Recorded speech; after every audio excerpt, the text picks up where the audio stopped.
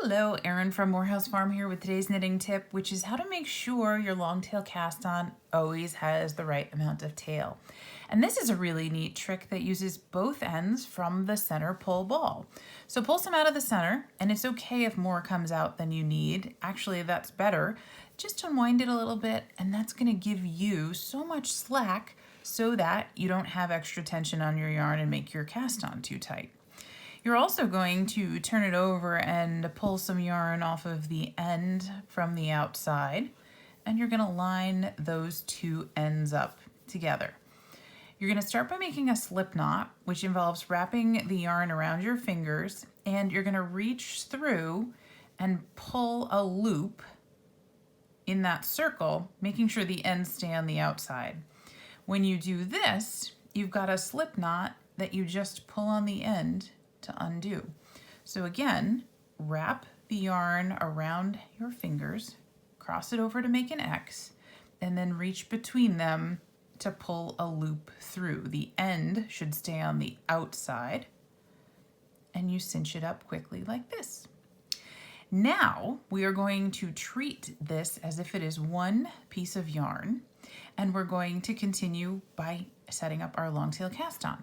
So that's up between the pinky and the ring finger, down between the middle finger and the pointer, up around the pointer, and then around the thumb.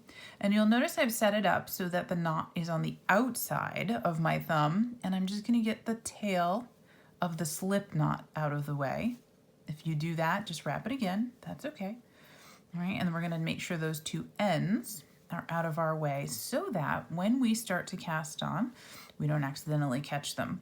And the reason you want this knot on the outside is because it'll position your yarn such that one piece will end up being the actual stitch and the other piece will end up being the wrap around it, which means as you start to do your cast on, you're going to pull that knot up nice and close, and you are going to continue casting on. And see how one side becomes the wrap and the other side becomes the stitch? You may need to pull that slip knot out of the way because it wants to be involved. That's okay.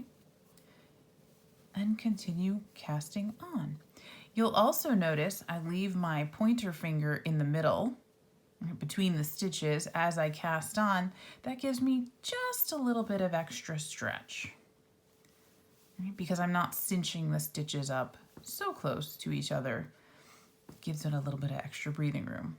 And then when you're ready, decide which one you want to break. I recommend the one from the outside so you can still have the center pull ball working. So this would be the outside one. Just break that off and continue knitting. And the best part, when you come back around and you're ready to darn in ends, pull out the slip knot, and there you've got two easy ends.